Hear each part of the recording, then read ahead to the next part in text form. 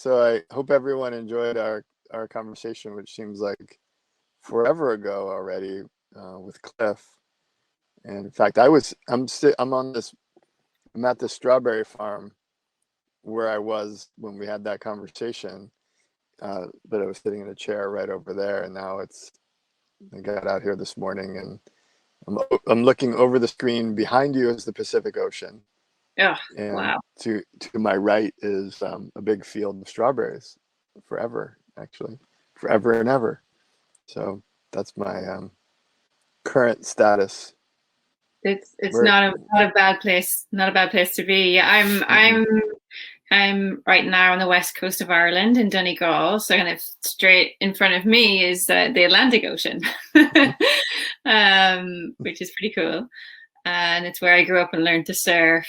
And yeah, delighted to be back chatting to you and to continue the conversation on all things water. Yes. Have you been since last time I saw you? What's happening?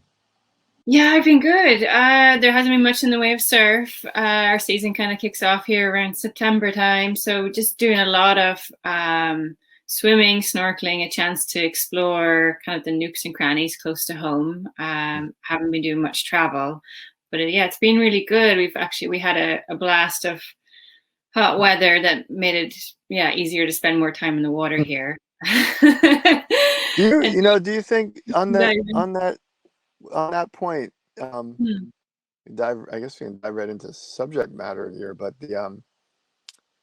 I find that this idea of blue mind works best when people appreciate a diversity of aquatic activities, be it the joy of floating in a swimming pool, if that's all you have. Obviously, waves are great, but when there aren't waves, not flipping into some sort of sad, angry depression while you wait out, the swell, uh, but rather picking up your snorkel gear and your fins and doing some snorkeling or free diving or paddleboarding or canoeing or anything else. And then when there are waves, obviously you may do you may spend less time in the nooks and crannies because it becomes more dangerous, um, and then switch. Uh, oh, we've lost sugar. Um, yeah, maybe I'll just see if we get Jay back. But just to I answer the question too about the multiple ways of accessing blue space. As a kind of, I see Tom's waiting to jump in. I'll let you in, join us in a second, Tom. Especially the research I do within this whole domain of blue health. I think it's so important to have these, I suppose, different ways of accessing and experiencing it, because there is that downside, right? There is that almost like, it's like the good addiction when you get that feeling, it feels so good, this connection with water, the blue mind state, the buzz we get surfing, that there also is the real downside of that, like the withdrawal effects when you can't access it. And a lot of those, say, the more therapeutic interventions like surf therapy or ocean therapies, if they run for a limited period of time, and there isn't the opportunity to have created those, resources or other ways of accessing the connection with water beyond the program, it can actually have a real downside, like almost a negative effect. So I think that's really important to explore that. And it opens up this kind of source to sea perspective, which I've been really, even myself personally, I've been so ocean centric in terms of my perspective and what I take in. But I think this, recognizing, I suppose, the connection to water wherever we are. Mm-hmm. Tom, I think, wants to join us. Hey, Tom, did you have a question? I didn't initially. But now you better. Well, Yeah. now you're in the hot seat. No. Hi, Jay. How you doing? Good to see you. Um, Thanks for popping on there. yeah. I mentioned I saw your earlier talk today, and which was just awesome. And I just wanted to. I've been using Jay's Blue Mind book in a graduate level conservation class for several years now, And it's kind of a little bit different text from the other ones I use. And I always find it to be a very powerful addition to the course because it is looking at our relationships to water, and I also talk about our relationships to land in this course. So one thing I would like to ask you guys is, how do you feel you've had the most success in education using that, either that text or other materials? Obviously, it's a big open-ended question, but maybe something specifically that comes to mind. I love hearing like from people like you who are using Blue Mind as a just another spice in a course or another catalyst. What I've seen, you know, I've seen.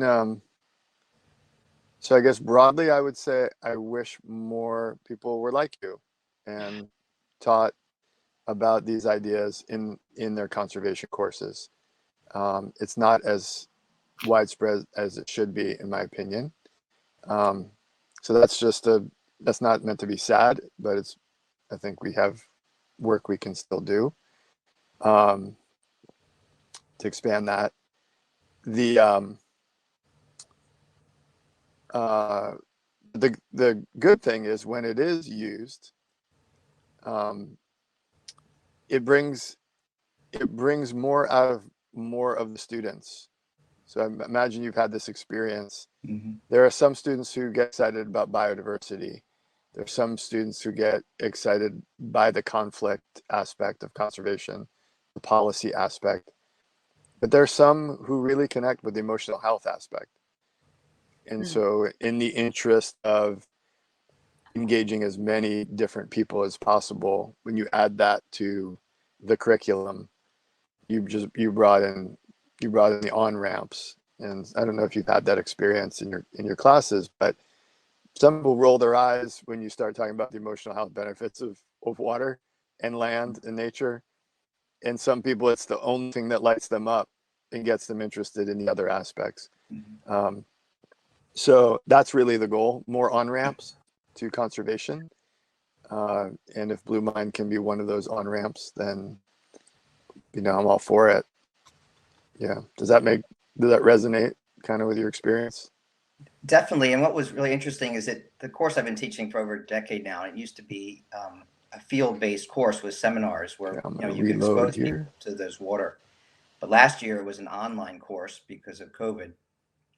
And it kind of took on a different life this year, or this past year, because I think people were yearning for those kinds of places and that kind of connection. So I found it to be even more powerful last year in an online course setting than it was in the field. So I am going to be teaching that again this fall online. So hopefully it'll be as useful. So thanks. Oh, amazing. Yeah, thanks so much, Tom. And I just completely agree with Jay. I think now more than ever, it's really essential. I really see Blue Mind as one of these key emotional methodologies that we need for the crises we face at the front line of the change we're all experiencing. So it's just a really important way to deepen that connection and enhance direct experience. And we know from the evidence and research that increases empathy and leads to greater pro-environmental actions. And so it's such a great on-ramp, as you put it. I think maybe it's a lot more than that, but we need as many ones as we can get. Yeah, because a Blue Mind, I feel, is a way to really help both broaden and deepen, but also sustain our engagement with ocean and climate action, in particular, so we don't burn out. And it's interesting to see it percolating. I'm so excited to hear you using it in your context, Tom, and also in the UK, NHS Ocean are launching in next month. So really recognizing the link there in a public health context. There's a few more people lined up to join. So, Tom, I'll see. I can click up. There's Kevin and Andrew and a question from Chris. So yeah, where do we go next? I'll just read Chris's out. Hey, Chris. Great to have you join us.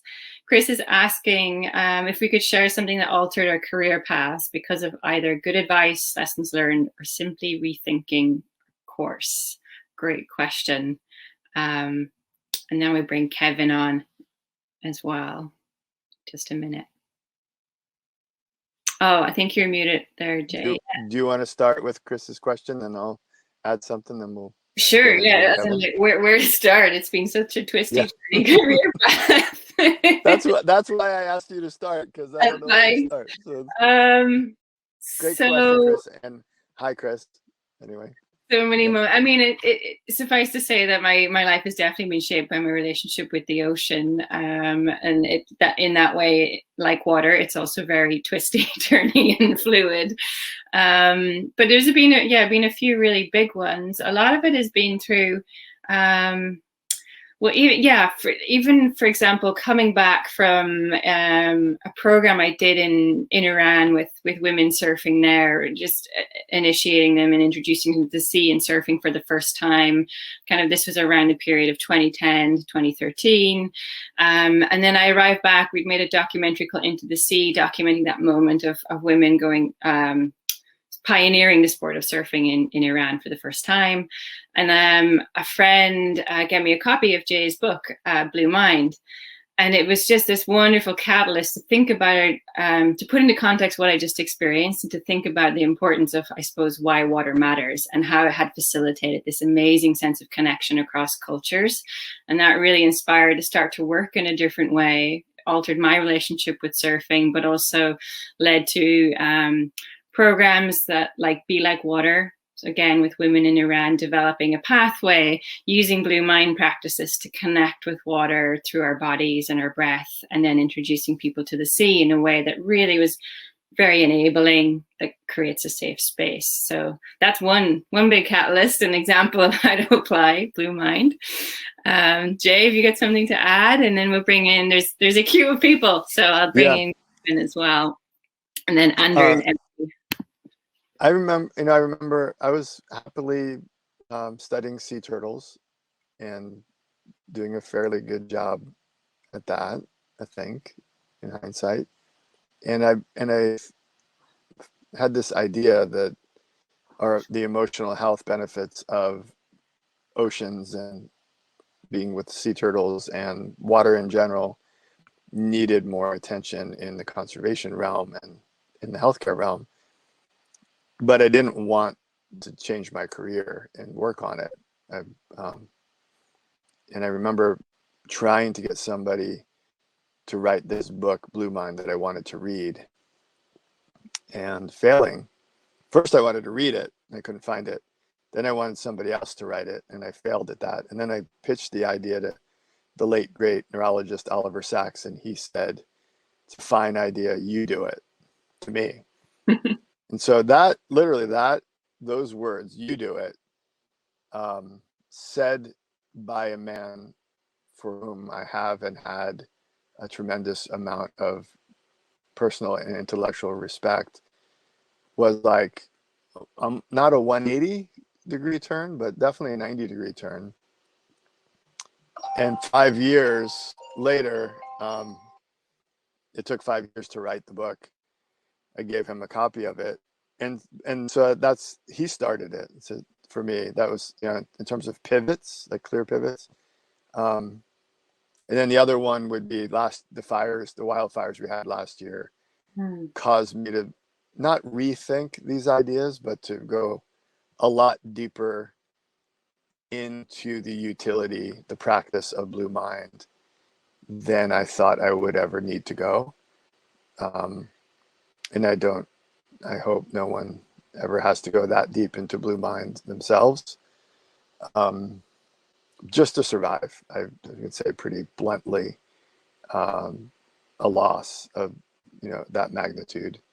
Wildfires took our home and all my things, along with all of my neighbors and their things and special places. And without the water for healing, I don't know what mess I'd still be in. But it has given me more insight into something I thought I understood, and a greater appreciation for the element of fire, which, you know, I've talked several times with Cliff about from his perspective as a native Hawaiian. It's so powerful. Okay, thanks, Jay. And let's bring Andrew. Are you there? Am I doing this right, or am I just trying to bring people into the room? Emily. Hi. Hi. So thank you so much, both of you, for being here. I'm really excited. By trade, I'm an ICU travel nurse, and I'm also a tech entrepreneur. And I've been interested in the intersectionality of healthcare and environmentalism and sustainability for a long time. And it still seems like it's a very new sector.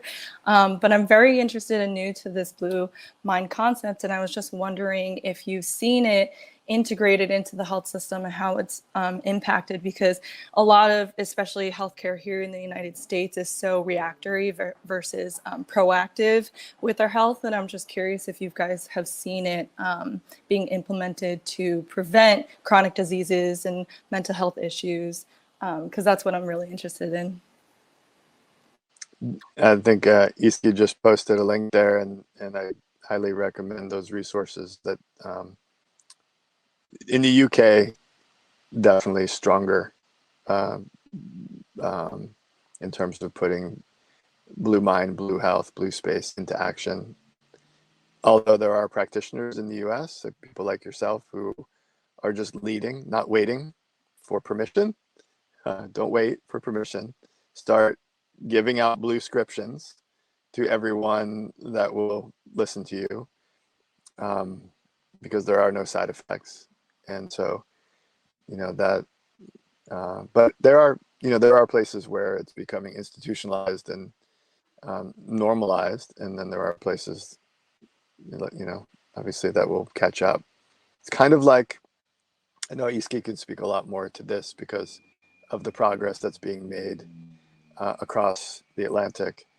But it's kind of like not long ago, and certainly within my lifetime, the idea that eating healthy food was good for you, and that exercise was good for you, and that reducing stress was good for you, those were all new ideas, brand new ideas that were considered a little bit far out and a little bit hippy dippy or a little bit Californian. Now they're completely mainstream. We know that if you eat good food, it's good for you. If you move your body, that's a good thing. And if you reduce stress, you probably will cut back on some diseases and disorders and inflammation and impediments to healing. Not very controversial, but that's where things are going with blue mind and blue health, I believe, pretty quickly. But Easkey has probably some much more kind of hands-on or boots on the ground kind of examples.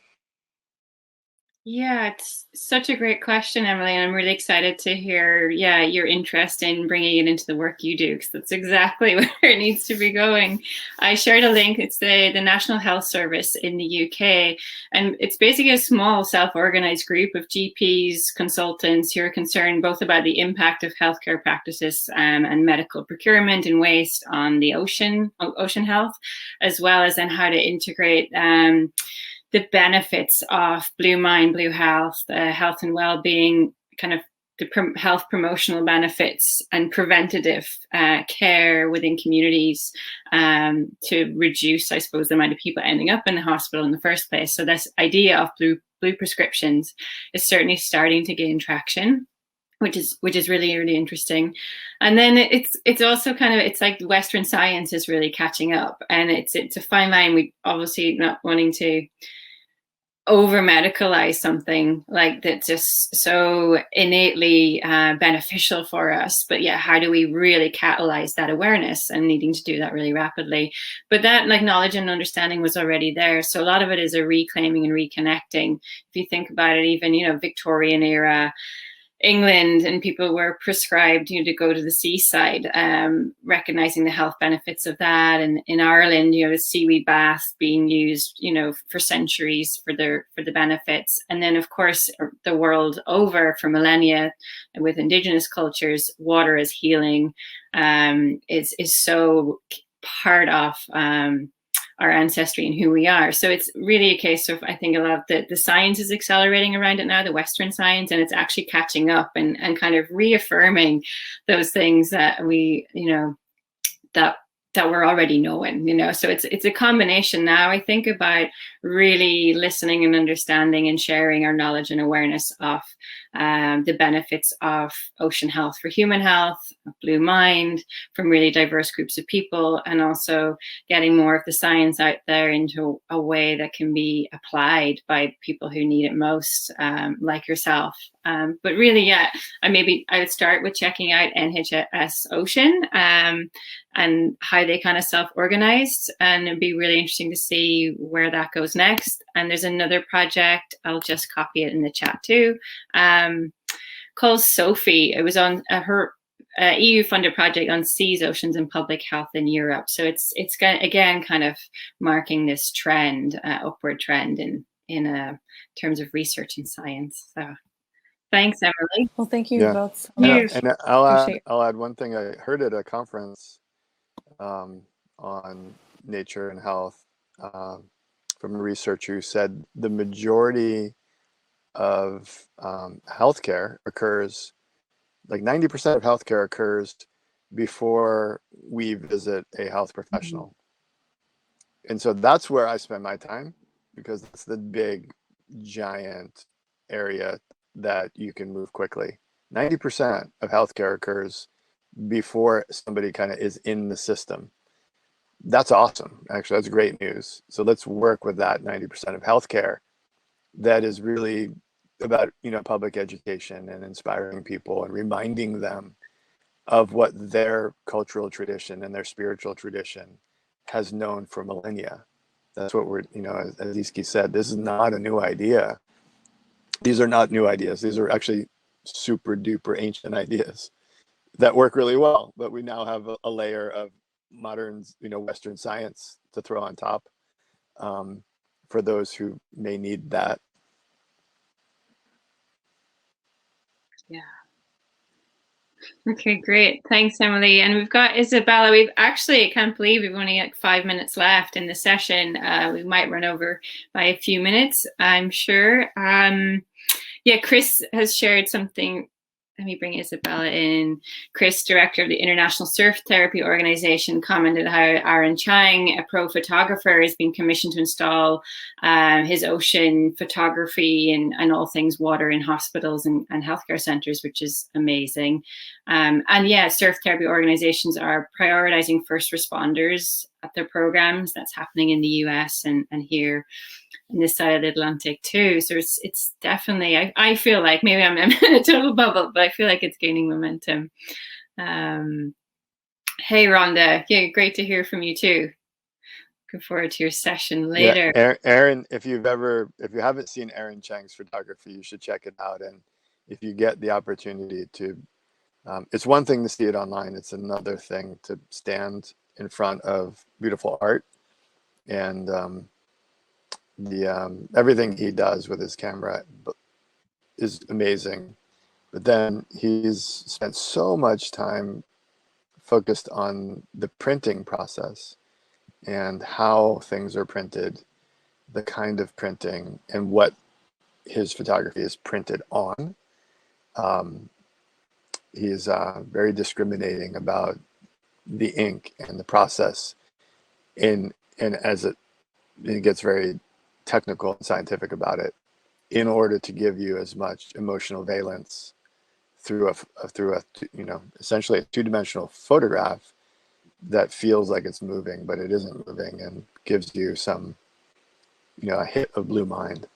So anyway, Aaron Chang's a good friend and an amazing photographer, and that's I think art is one of the ways that we make Blue Mind portable.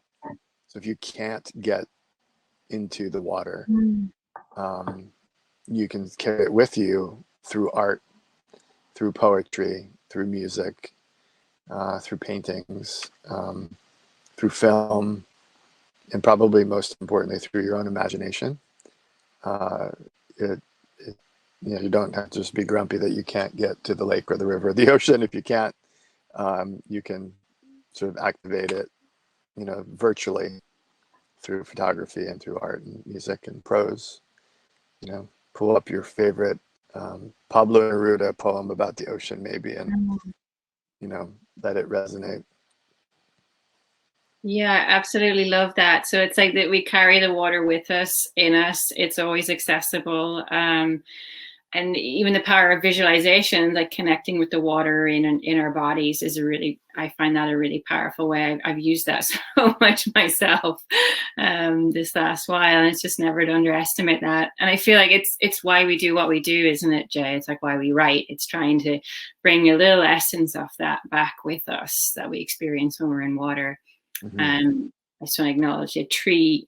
Thanks for sharing by organization Warrior Surf, working with veterans and their families through adapted surf therapy. So adapted surf therapy is something I'll talk a bit more about. I have a session tomorrow with Tom Kay and Hanley Prinsloo, and I'll be talking about a project called INCLUSEA, if you're able to join for that. How do we make the ocean a more inclusive space?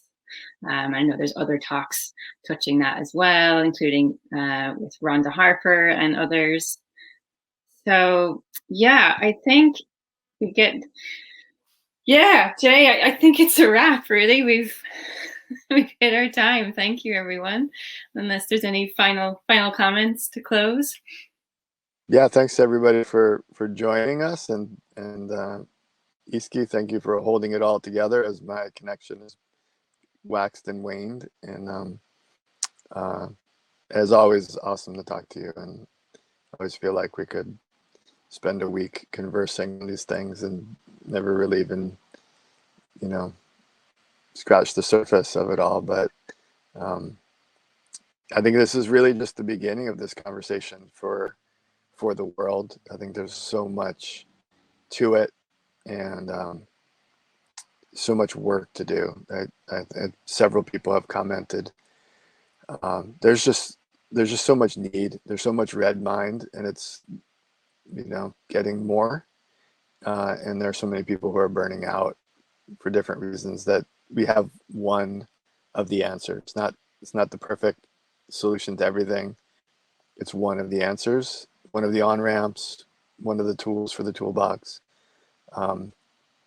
that I hope everyone can put into play in some way to stay out of the gray mind and diminish the amount of time they spend in the red mind. Yeah, thanks for chatting, and thanks to all the co-moderators and organizers behind the scenes to make the whole thing happen. Yeah. Thanks, Jay, so much. Thanks, everyone, for joining. I really look forward to a much deeper dive next time we get together, hopefully, finally in person. Yes, no doubt. Yeah. Right. So just to close, I say, yeah, everyone go find your water and do something for your water, for the water, and it'll definitely make you feel better too. Take somebody with you. Yes. That needs to do it. You know who they are. Yeah. Thanks.